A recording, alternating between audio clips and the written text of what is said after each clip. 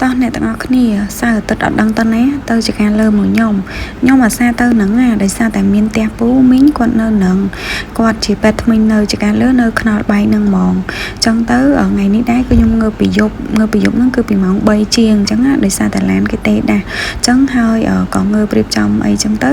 ចេញដំណើរមកដល់នេះគឺម៉ោងព្រឹកប្រហែលជា6គឺអ្នកផ្ទះអត់ទាន់បើកទ្វារទេអ្នកទាំងអស់គ្នាគឺថា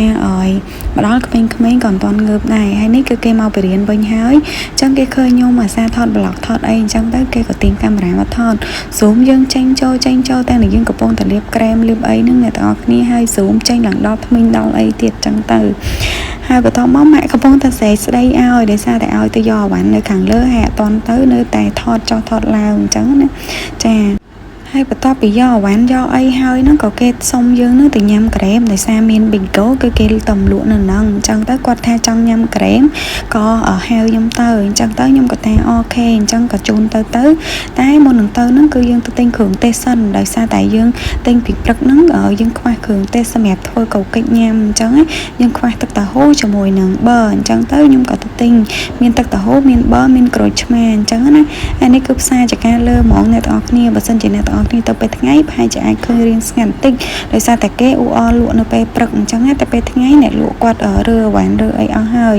អញ្ចឹងទៅវារៀងស្ងាត់បន្ទាប់ពីទិញបានហើយសារពេលទិញហ្នឹងគឺយើងអត់បានថតទេបន្ទាប់ពីទិញបានហើយគាត់សួរខ្ញុំថាទៅណាខ្ញុំថាចង់ទៅណាទៅនឹងទៅអញ្ចឹងគេថាចង់ញ៉ាំក្រែមអញ្ចឹងក៏ទៅកន្លែង Bigo ទៅនេះអ្នកទាំងអស់គ្នាហើយគាត់ទៅតែជិះម៉ូតូថ្មីឃើញឡាននៅខាងមុខហ្នឹងក៏រៀងអត់សូវហ៊ានចូលដែរតែខ្ញុំថាចូលទៅអត់អីទេមកដល់ហាងក្រែមពឹបចាគឺបងអូនខ្ញុំមានជាការត្រេកអរខ្លាំងមែនតើដើរទៅចោលបង្ហាញហ្មងចាហើយបងប្អូនមាន3នាក់តែនេះឃើញតែ2នាក់គាត់ទេដោយសារតែម្នាក់ទៀតអូនគឺគាត់ទៅរៀនអត់តន់ត្រឡប់មកវិញទេអញ្ចឹងដោយសារតែចាំគាត់ល្ងាចពេកដោយសារពេលល្ងាចគឺយើងត្រូវទៅធ្វើកូកិច្ចញ៉ាំនៅចការអញ្ចឹងក៏ខ្ញុំនាំគាត់2នាក់មកមុនខ្ញុំសួរថាចង់ញ៉ាំអីគេពួកគាត់ដោយសារតែអត់ហ៊ានចង់ឲ្យខ្ញុំចំណាយលុយច្រើននេះអញ្ចឹងគាត់អត់ហ៊ានកំងអីដែលថ្លៃទេបងស្រីយកក្រែមហើយប្អូនក៏ចង់ញ៉ាំក្រែមដែរតែខ្ញុំថាបើចង់ញ៉ាំអីផ្សេងក៏ញ៉ាំទៅអញ្ចឹងទៅគេ order ដូចជា blueberryចឹងហើយ order ហើយក៏មកចាំហើយបន្តិចទៅគេហៅយើងទៅយកអញ្ចឹងណាចាអញ្ចឹងទៅគេគេណាញើមញ៉ែមដោយសារតែបានញ៉ាំមកជាធម្មតាមកអត់ឲ្យញ៉ាំទេដោយសារខ្លាចផ្ដាសាយអីអញ្ចឹងទៅថ្ងៃនេះដែរគឺឲ្យញ៉ាំដោយសារតែខ្ញុំតលេងអញ្ចឹងទៅគេចង់ញ៉ាំខ្ញុំជូនគេទៅអញ្ចឹងណាហើយខ្ញុំ2នាក់បងស្រីគេហ្នឹងគឺកំងការ៉េមអ្នកនរគ្នាយករសជាតិផ្សេងគ្នាខ្ញុំយកវ៉ានីឡាសុតហើយគាត់យកវ៉ានីឡាលាយរសជាតិជាមួយនឹងស្អីគេទេខ្ញុំអត់ចាំដែរបន្ទាប់មកទៀតគេក៏ហៅយើងទៅយកអញ្ចឹងណាខាងនេះវិញគឺថាមានលក្ខណៈជាការសបាយអខ្លាំងមែនតើហ្មងក្រែមក៏បានមកដល់អញ្ចឹងទៅក៏ចែកគ្នាញ៉ាំចំណែកបងគេហ្នឹងគឺញ៉ាំក្រែមទេតែទៅទាយកស៊ីយ៉ូដែរអ្នកនរគ្នាគេថាយកមកបឺតទឹកអញ្ចឹងណាហើយបងអូនខ្ញុំនេះចេញមកគឺថាគេសបាយចិត្តពេកចាហើយគេនេះគឺមានជាការញ៉ាំក្រែមទេតែមានស៊ីយ៉ូមានអីចឹងទៅគេបឺតអីចឹងទៅហើយបន្ទាប់មកចាគេសុំជុលហើយខ្ញុំហ្នឹងក៏អត់ដឹងដែរហើយគេលើកមកជុលហើយគេញ៉ាំអីអញ្ចឹងទៅហើយខ្ញុំបានប្រាប់ថាសុំថតរូបបន្តិចគេអត់ចង់ឲ្យថតទេអ្នកទាំងអស់គ្នានិយាយទៅគឺបងគេហ្នឹងគឺអៀនកាមេរ៉ាមែនតើប៉ុន្តែប្អូនហ្នឹងអត់អៀនទេចានិយាយទៅក្រែមគេឆ្ងាញ់អ្នកទាំងអស់គ្នាខ្ញុំអត់សូវជាចូលចិត្តផ្អែមប្រហែលនេះប៉ុន្តែបើក្រែមអាចថាញ៉ាំបានគ្រាន់តែមិនជាចំណូលចិត្តទេយូរអាចញ៉ាំម្ដងអញ្ចឹងតែបើឲ្យញ៉ាំរាល់ថ្ងៃក៏អត់កើតដែរដោយសារមែនតើខ្ញុំជាមនុស្សដែលអត់សូវចូលចិត្តញ៉ាំផ្អែមទេអ្នកទាំងអស់គ្នាអញ្ចឹងទៅបើយូរញ៉ាំម្ដងអត់អីទេតែបើញ៉ាំរាល់ថ្ងៃនិយាយទៅអត់ចូលចិត្តហ្មងអ្នកទាំងអស់គ្នាប៉ុន្តែក្រែមនេះគឺឆ្ងាញ់គ្រាន់តែថាសម្រាប់អ្នកដែលអត់សូវចូលចិត្តញ៉ាំដូចខ្ញុំមិនអាចនេះតិចបងអូនខ្ញុំដល់ពេលឃើញតាយោបងគាត់យកនៅសល់ដែលយកមកឲ្យខ្ញុំតែខ្ញុំអត់ដាក់ហ្នឹងណាគាត់យកទៅយកធ្វើតាយោឡើងវែងទៀតដើម្បីបឺតញ៉ាំអញ្ចឹងអ្នកទាំងអស់គ្នាពេលដែលកំងហើយគឺយើងអង្គុយញ៉ាំនៅហ្នឹងហើយយើងក៏ទៅចែកគ្នាបដាអីបដាសួរថាធ្លាប់មកអត់គេថាធ្លាប់មកសួរថាមកមួយអ្នកណាមកជាមួយមិត្តភ័ក្តិគេអង្គុយលេងហ្នឹងអីចឹងទៅនោះគេថាគេអង្គុយនៅខាងនោះគេមកជាមួយមិត្តភ័ក្តិហ ហើយចឹងទៅគេសួរខ្ញុំថាថតអីក៏ថតម៉េចខ្ញុំថាថតឲ្យបានច្រើនថតសកម្មភាពឲ្យបានច្រើនអីចឹងទៅដើម្បីដាក់ vlog ដាក់អីចឹងទៅហើយបងអូនចេះតែទាថាចូលមួយគេធ្វើតែឯងនឹងផឹកចឹងណាតែជាក់ស្ដែងអត់ទេក្រែមជាមួយនឹង blueberry អ្នកទាំងអស់គ្នាគឺចូលទៅមកគេសួរថាថតអីក៏ថតម៉េចអានេះដូចជា signature នៅខាងគេអញ្ចឹងណាតែខ្ញុំអត់បានកំងទេដោយសារទៅចង់ញ៉ាំក្រែមឃើញស្ងាត់អញ្ចឹងទេប៉ុន្តែលក់ដាច់គួរសមដែរប៉ុន្តែដោយសារតែភាគច្រើនគឺគេកំងហើយគេចេញទៅអញ្ចឹងហើយបន្ទាប់ពីញ៉ាំហើយហ្នឹងគឺបំណងថាទៅផ្ទះទេប៉ុន្តែដោយសារតែទៅហើយហ្នឹងឃើញកន្លែងទៅឃើញអ៊ំគាត់លក់នំប៉័ងជាទូទៅនៅពេលដែលខ្ញុំទៅជាការលើកខ្ញុំអត់ដែរចោលនំប៉័ងគាត់ទេអ្នកទាំងអស់គ្នាគឺថា favorite គាត់ហ្មងគឺគាត់លក់នៅកែងផ្សារកែងខ្នល់បែកហ្នឹងហ្មងតែគាត់លក់ចាប់ពីម៉ោង 4 ទៅម៉ោង 4 ដល់តែឃើញគាត់នៅហ្នឹងហើយនៅខាងមុខកន្លែងផ្សារដែកហ្នឹងណានិយាយទៅគាត់លក់នៅហ្នឹងហើយឆ្ងាញ់មែនតើសម្រាប់ខ្ញុំគឺឆ្ងាញ់ម្ដងតែ 2000 ទេអ្នកទាំងអស់គ្នាហើយប្រហិតគាត់ក៏ឆ្ងាញ់និយាយទៅនំប៉័ងប្រហិតគាត់ខ្ញុំអាចនិយាយបានថានៅពេញក៏មានលក់ដែរប៉ុន្តែខ្ញុំគិតថាបើសម្រាប់ជាខ្ញុំហ្មងគឺខ្ញុំចូលចិត្តនៅកន្លែងគាត់ជាងគេអញ្ចឹងខ្ញុំទៅលើកណាក៏ខ្ញុំអត់ដែរចោលដែរហើយខ្ញុំតែងតែនាំក្មេងៗទៅញ៉ាំក្មេងៗជនណាទេគឺគាត់ចង់ញ៉ាំជនណាទេគាត់អត់ចង់ញ៉ាំដោយសារតែគាត់នៅនឹងស្រាប់អញ្ចឹងគាត់អាចញ៉ាំពេលណាក៏បានដែរប៉ុន្តែខ្ញុំកម្រនឹងទៅអញ្ចឹងយូរខ្ញុំទៅម្ដងអញ្ចឹងទៅខ្ញុំតែងតែទៅញ៉ាំនៅនឹងឡើងបងខ្ញុំថាម្ចាស់ញ៉ាំតែនៅនឹងញ៉ាំចូលចិត្តតែនំប៉័ងហ្នឹងមកលើកណាក៏ដែរចោលដែរនិយាយទៅអ៊ំគាត់លក់ដាច់មែនតើទោះបីមិនបាច់ខ្ញុំប្រាប់អ្នកទាំងអស់គ្នាប្រាប់បងប្អូនក៏គាត់លក់ដាច់ដែរពីព្រោះថាអ្នកទាំងអស់គ្នាឃើញអត់សូវមានមនុស្សចឹងដោយសារគាត់ទៅតែទៅដល់ទេជាទូទៅខ្ញុំទៅរាល់ដងគឺខ្ញុំចាំគាត់រៀងយូរដែរអញ្ចឹងណាដោយសារតែមនុស្សច្រើនហើយគេទិញអត់ដែរទិញទេអ្នកទាំងអស់គ្នាដូចខ្ញុំអញ្ចឹងពេលខ្ញុំទិញក៏ខ្ញុំទិញញ៉ាំទាំងអស់គ្នាជាលក្ខណៈគ្រួសារអញ្ចឹងទៅមាន6 7នាក់ខ្ញុំទិញ6 7ដើមឬក៏4 10ដើមអញ្ចឹងទៅព្រោះពេលខ្លះមានម៉ាខ្ញុំអីគាត់ទៅដែរអញ្ចឹងណាហើយអញ្ចឹងទៅអ៊ំគាត់លក់ដាច់មែនតើតែអាសាគាត់ទៅមកដល់ហើយខ្ញុំបានកលេចឃើញគាត់ដែរអញ្ចឹងមកដល់មុនគេគឺអាចបានលឿនជាងគេអញ្ចឹងហើយមកដល់ផ្ទះចានេះគឺកំពុងតែញ៉ាំនិយាយទៅឆ្ងាញ់ខ្ញុំចូលចិត្តហ្មងអ្នកទាំងអស់គ្នាលាយម្ទេសតិចហល់អីអញ្ចឹងណាហើយពួកខ្ញុំក៏គាត់ចូលចិត្តដែរនិយាយទៅជាង10ឆ្នាំដែលខ្ញុំបានស្គាល់ចការលើហ្នឹងគឺខ្ញុំចូលចិត្តនំប៉័ងគាត់ហ្មងនិយាយទៅឆ្ងាញ់ណាស់អ្នកទាំងអស់គ្នាឃើញចឹងគាត់អត់មានដាក់អីច្រើនទេមានតែសក់មានជីមានប្រហិតសាច់គោហើយនំប៉័ងហ្នឹងគឺគាត់បំពងអញ្ចឹងតែវាអត់ចូលខ្លាញ់ទេអ្នកទាំងអស់គ្នាគឺមានអារម្មណ៍ថាឆ្ងាញ់ហ្មងខ្ញុំទៅលើកណាក៏ខ្ញុំអត់ដែលចោលដែរហើយកន្លែងនេះដែរយើងបានរៀបចំបន្លែម្ហូបកោកិច្ចអីហើយតែញក់បានថតទេដោយសារម្នាក់ឯងអ្នកទាំងអស់គ្នាពូខ្ញុំគាត់ជាប់ធ្វើថ្មិញហើយមីងខ្ញុំក៏គាត់ជាប់មើលអ្នកជំងឺដែរអញ្ចឹងទៅខ្ញុំធ្វើម្នាក់ឯងអត់បានថតអត់បានអីទេអ្នកទាំងអស់គ្នាអញ្ចឹងកន្លែងនេះគឺយើងចេញដំណើរទៅចកាយដោយសារតែម៉ោង 7:05 ដែរហើយទ្រាំតែយើងធ្វើហើយអញ្ចឹងក៏បងអូនខ្ញុំថាចាថតវីដេអូអត់គេថតឲ្យចាខ្ញុំទាញទូរស័ព្ទមកថតអែនអនដោយសារតែចកានៅចិត្តនឹងដែរទេអញ្ចឹងទៅក៏យើងជិះរៀងលឿនដែរហើយមិនមែនឃើញនេះគឺបើកឡានលឿនណាអត់ទេដោយសារតែខ្ញុំដាក់ speed រៀងញាប់ដោយសារគាត់ថតនឹងរៀងច្រើនដែរហើយខ្ញុំអត់ចង់កាត់ចោលទេអញ្ចឹង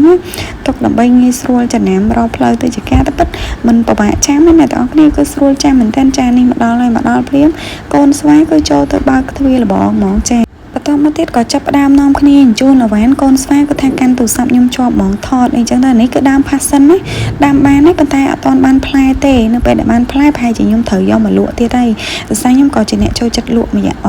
ដែរហើយមានតាំងពីផ្លែស្ទ្រូប៊េរីអីចឹងទៅមានត្រេនមានអីដែរអញ្ចឹងស្វាយចន្ទីតបែកអ្នកទាំងអស់គ្នាតែអត់ទាន់បានប្រមូលផលទេចាំពេលណាប្រមូលផលខ្ញុំនឹងថតម្ដងទៀតចឹងហើយនេះសិតតែដើមស្ទ្រូប៊េរីខ្លះក៏មានផ្លែហើយខ្លះក៏មិនទាន់មានផ្លែដែរដោយសារវាខ្លះទៅវាដីវាល្អវាអាចផ្លែលឿនចឹងទៅចឹងខ្លះក៏មិនទាន់បានផ្លែដែរតែផ្លែមិនទាន់ទេអ្នកទាំងអស់គ្នាដោយសារតែបងប្អូនខ្ញុំហ្នឹងគឺថាតើឃើញផ្លែហ្នឹងគឺគាត់ទៅតាមស្រួលហ្នឹងគឺគាត់បេះហើយខ្ញុំនេះគេចោះដែលគាត់ពូខ្ញុំគាត់ទិញទុកសម្រាប់ក្មេងៗដែលគាត់ទៅស្រែនៅនឹងអីអញ្ចឹងណាដោយសារយើងខានមករៀងយូរដែរអញ្ចឹងទៅក៏ឡើងសម្អាតសិនដោយសារយើងត្រូវធ្វើកោកិច្ចញ៉ាំនៅនឹងអញ្ចឹងណាពេលទៅហ្នឹងដូចជារៀងភ្លឺទេប៉ុន្តែតិចទៀតទៅរៀងល្ងឹតទៅអ្នកទាំងអស់គ្នាសារមេចាប់ផ្ដើមល្ងឹតទេហ្នឹងហើយកន្លែងនេះដោយសារយកអវ៉ាន់អត់ទាន់អស់អញ្ចឹងទៅហៅក្មេងៗឲ្យមកជួយយកបន្តតែអត់ទេចាទៅដល់ហ្នឹង គឺមានជាការទៅបេះកទួតបេះអីណាណីហើយបងគេក៏រត់មកជួយយកអញ្ចឹងទៅកន្លែងនេះក្នុងនេះគឺតកកនេះទាំងគ្នាយើងដាក់តកកមកហើយបន្ទាប់ពីយកវ៉ាន់អីហើយហ្នឹងក៏ខ្ញុំអត់ទាន់បានទៅរៀបចំអីដែរដោយសារគុំខ្ញុំគាត់នៅបោះសម្អាតសិនអញ្ចឹង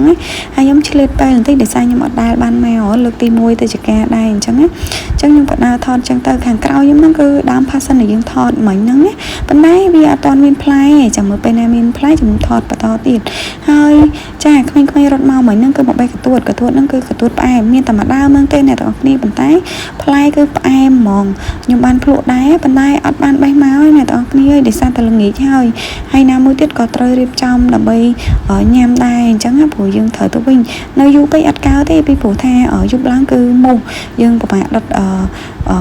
ធូបមូសដុតអីអញ្ចឹងណាហ្នឹងហើយមិញហ្នឹងគឺរត់ទៅហើយដល់ខ្ញុំថាមកចូលកាមេរ៉ាបន្តិចហើយដល់ហើយក៏រត់មកវិញគេធ្វើឯងអីណាចូលកាមេរ៉ាក្រោយហើយគេញ៉ាំកទួតគេអួតទៅរឿងកទួតហ្នឹងដោយសារបានកទួតផ្អែមម្ដងហ្នឹងហើយបន្ទាប់មកទៀតក៏កំពុងតែរៀបចំដោយសារបោះសម្អាតហើយរៀបចំនៅលើហ្នឹងមានរឹងពីរដោយសារដាក់កាមេរ៉ាទៅវាបាញ់ខ្ញុំប្រាប់គាត់ថាលើកទៅគាត់អត់ចង់លើកទេដោយសារគាត់ចង់អង្គុយហើយបន្ទាប់នេះខ្ញុំក៏កំពុងតែរើចុះរើឡើងរើបន្លែរើអីដាក់អញ្ចឹងណារើយកមករៀបហើយទៅដើម្បីពូខ្ញុំអីដែលគាត់ស្រោចតំណាំស្រោចអីហើយហ្នឹងយើងមកញ៉ាំជុំគ្នាអញ្ចឹងណារើចុះរើឡើងហ្នឹងក៏ស្រាប់តែនឹកឃើញសួរបាត់ទឹកជ្រលក់ស្រាប់តែធ្វើហើយភ្លេចយកមកអ្នកទាំងអស់គ្នាបន្ទាប់មកក៏ត្រូវខ្ចីម៉ូតូដោយសារអត់បានយកម៉ូតូមកខ្ចីម៉ូតូអ៊ីអ្នកចិត្តខាងដើម្បីទៅយកហើយកន្លែងនេះដែរគឺខ្ញុំអត់បានចាប់អារម្មណ៍ទេបងប្អូនខ្ញុំហ្នឹងគឺគេនៅពីក្រោយហ្នឹងតិចទៅគេឃើញគេរាំបិកាអីចឹងណាអ្នកទាំងអស់គ្នាជាទូទៅគាត់រៀងអៀនកាមេរ៉ាទេតែពេលដែលហៅឲ្យចូលថតហើយកន្លែងនេះដែរគឺកំពុងតែល្អថាអូយរៀបចំអីហើយចេះភ្លេចទៅកើតដែរអញ្ចឹងណាកន្លែងនេះគឺមកដល់វិញហើយមកប្រយោជន៍ដោយសារទៅនឹងអត់បានថតទេអ្នកទាំងអស់គ្នាដោយសារខ្ញុំអ្នកឌុបបងខ្ញុំម៉ូតូអសងគាត់អត់ចេះជិះទេជិះតែ Scoopy ទេអញ្ចឹងទៅម៉ូតូអ៊ីអ្នកចិត្តខាងគាត់អត់សងអញ្ចឹងខ្ញុំត្រូវឌុបគាត់ទៅអញ្ចឹងណាហើយមកវិញកូនបើនេះគឺកំពុងតែលេងទូរស័ព្ទហើយប្រាប់ថាអត់ឲ្យលេងទេឲ្យទុកទូរស័ព្ទទៅដោយសារវាជាពេលវេលាសម្រាប់គ្រួសារអញ្ចឹងណាបងគឺខ្ញុំអត់ចង់ឲ្យគាត់ប្រើទូរស័ព្ទច្រើនទេអ្នកទាំងអស់គ្នាដោយសារតែយើងពេលវេលាជួបជុំគ្រួសារចង់ឲ្យគាត់ចំណាយពេលជាមួយគ្រួសារអត់ចង់ឲ្យគាត់ចំណាយពេលមួយទូរស័ព្ទទេអញ្ចឹងណាហើយកន្លែងនេះដែរគឺដាក់ថតម្ដងទៀតហើយចង់ប្រាប់ថាថតសកម្មភាពនៅពេលដែលដំបូងឡើយគឺថារៀបចំឲ្យពួកគាត់ញ៉ាំមុនតែពួកគាត់ថាអត់ទេចាំញ៉ាំជុំគ្នាអញ្ចឹងទៅក៏ចាប់ផ្ដើមផលិតចក្រានវិញហើយកន្លែងនេះដែរគឺយើងញ៉ាំបានរៀងច្រើនដែរតែខ្ញុំភ្លេចថតដោយសារតែជាប់ទូរស័ព្ទជាមួយនឹងអ្នកម្ដាយអីចឹងណាគាត់ទេមកលេងហើយកន្លែងនេះញ៉ាំហើយឆ្អែតហ្នឹងគឺថាគេកំពុងតែឡើងសប្បាយរីករាយតែជាក់ស្ដែងគឺមូសដែរអញ្ចឹងហើយបន្តមកទៀតយើងញ៉ាំអីហើយក៏យើងរៀបចំត្រឡប់មកវិញហើយកន្លែងនេះដែរដោយសារពេលយើងទៅយកទឹកជ្រក់ថែមទៅយកទឹកជ្រក់មកហ្នឹងគឺយើងជិះម៉ូតូមកដើម្បីវាងាយស្រួលពេលមានអីគឺយើងអាចជិះទៅយកវិញអញ្ចឹងកន្លែងនេះគឺយើងជិះមកវិញផ្លូវតាមហ្នឹងដូចជាមានឡានរៀងធំដែរដោយសារតែនៅជាការលើហ្នឹងគឺមានគេដឹកជាដលងជាអីអញ្ចឹងណាចាហើយកន្លែងនេះអ្នកទាំងអស់គ្នាអត់មានប្របាអីបើចង់ធ្វើថ្មិញអីនៅកែងខ្នល់បែកហ្នឹងហ្មងអ្នកទាំងអស់គ្នាបត់មកអ្នកទាំងអស់គ្នាមកពីខាងសាវីលមកដល់កន្លែងខ្នល់កែងហ្នឹងបត់តាមហ្នឹងមកបត់តែប្រហែលជា80ម៉ែត្រអីអ្នកទាំងអស់គ្នាឃើញនៅខាងមុខហ្នឹងគឺគាត់ដាក់ផ្លាកប៉ែតថ្មិញហ្មងអញ្ចឹងបើសិនជាចង់ធ្វើថ្មិញអីអាចទៅកន្លែងពូខ្ញុំបាននិយាយទៅធានាសេវាកម្មជូនអញ្ចឹងខ្ញុំមានតែប៉ុណ្្នឹងទេអ្នកទាំងអស់គ្នាអញ្ចឹងអរគុណច្រើនអ្នកទាំងអស់គ្នាដែលបានតាមដានទស្សនាជួបគ្នានៅវីដេអូក្រោយបាយបាយ